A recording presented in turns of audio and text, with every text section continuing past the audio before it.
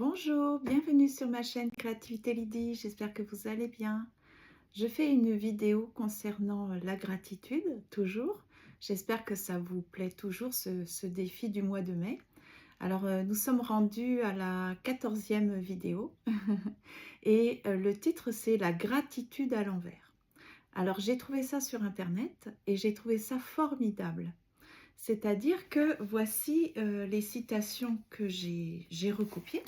Je vais vous faire la lecture. Vous voyez, je l'ai écrit sur ce petit journal, tellement c'est beau. Alors, je vous fais la lecture et puis après, on en parle un petit peu. Alors, j'ai tiré ça du site IkiHow.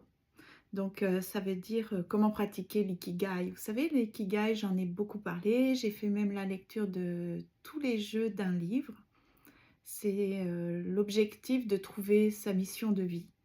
Donc, l'ikigai, c'est un concept japonais très intéressant. Et là, c'est en fait, il parlait de la gratitude, mais à l'envers. Alors, découvrons ce que ça veut dire. La vie ne nous donne pas toujours ce que nous voulons, parce que parfois, elle nous donne ce dont nous avons besoin. C'est une phrase extrêmement puissante. Et j'aime parce qu'elle est modérée, elle n'est pas excessive. J'ai souligné pas toujours et parfois. Voilà, donc c'est raisonnable parce que je ne supporte pas les personnes qui disent que systématiquement, tout ce qui nous arrive, il y a une raison. Ça me fait grincer des dents, j'ai encore de la difficulté avec ça, d'accord? Mais par contre, ça c'est très raisonnable, je le répète. La vie ne nous donne pas toujours ce que nous voulons parce que parfois, elle nous donne ce dont nous avons besoin. Voici ce qu'il est dit. Pour gagner en force, nous devons ressentir la douleur. Pour grandir, nous devons passer par l'inconfort. Pour guérir, nous devons arrêter de toucher la plaie qui nous démange. Pour changer de direction, nous devons nous éloigner de l'ancien chemin. Pour avoir l'esprit serein, nous devons cultiver la patience, l'acceptation, la compréhension et le lâcher-prise. Alors c'est vraiment très intéressant. C'est pour ça que maintenant je fais très attention à ce que je demande. Par exemple, ça c'est juste la logique en fait, et c'est par l'expérience que j'ai compris ça. Si par exemple vous priez pour avoir, je ne sais pas moi, pour avoir du courage, non, de la maîtrise de soi, tiens, très intéressant. Vous priez, vous demandez, vous dites, je voudrais devenir quelqu'un qui a beaucoup plus de maîtrise de soi, qui est plus patient, plus modéré dans ses réactions.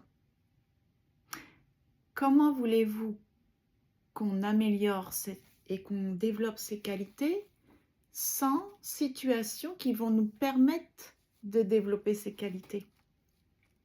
J'ai découvert ça il n'y a pas longtemps. Pour pouvoir cultiver la maîtrise de soi, forcément, c'est pas quand tout va bien, quand tout est calme. C'est facile d'avoir la maîtrise de soi quand il n'y a pas de problème. Mais quand il vous faut quelqu'un qui va vous taper sur les nerfs. Bah oui. Ou alors il faut une tentation, il faut quelque chose pour pouvoir résister. Donc c'est pour ça, faisons attention à ce que nous demandons. Parce que parfois on se plaint, on se dit « Oh là là, c'est difficile » ou bah oui, mais qu'est-ce qu'on veut? Qu'est-ce qu'on a demandé? Ah, c'est intéressant, hein. Alors, voici la phrase que j'ai soulignée. Hein. Je vous le dis, il y a vraiment des phrases que moi, ça m'a interpellée. Si nous apprenons à regarder la vie avec des yeux reconnaissants, nous pouvons voir que chaque événement de vie nous apporte quelque chose. Alors, parfois, la leçon est douce amère, mais elle fait partie du voyage spirituel. Alors, voici l'exercice que je vais vous proposer et que je vais faire en privé. Donc, je vous invite à faire comme moi, à à faire un genre de tableau avec 2 colonnes et l'objectif de cet exercice, c'est de recadrer les situations.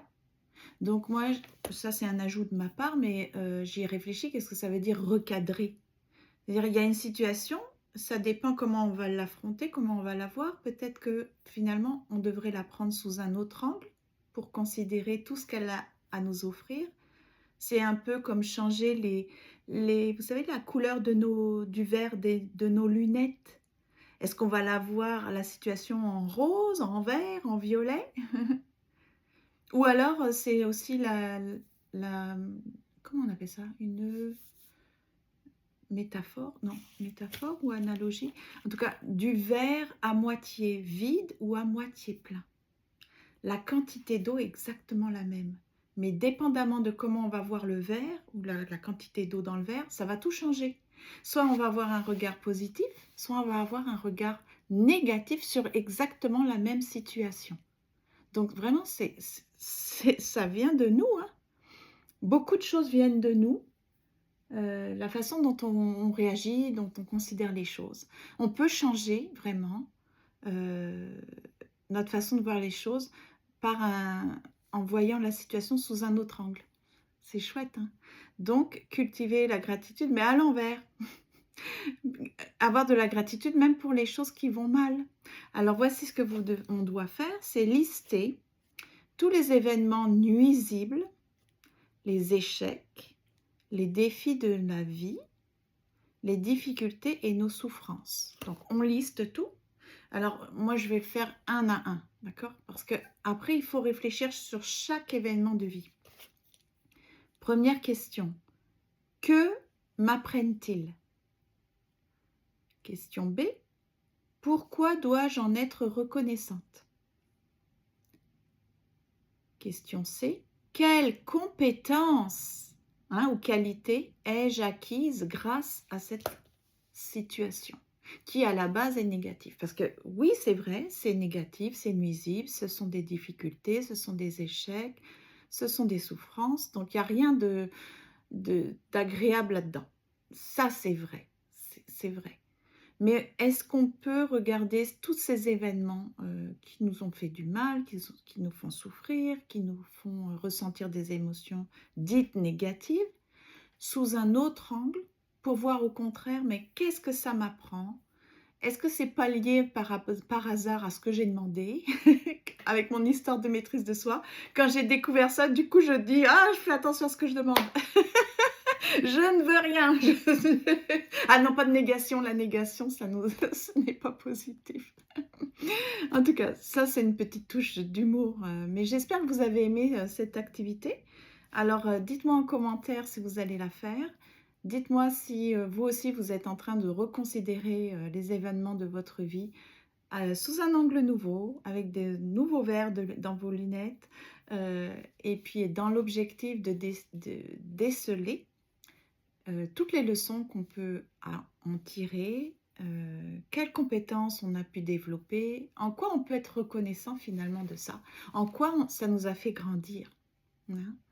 Donc, merci beaucoup. Merci pour vos pouces levés. J'espère que vous aimez vraiment toutes les activités. Je vous dis à demain pour une autre activité.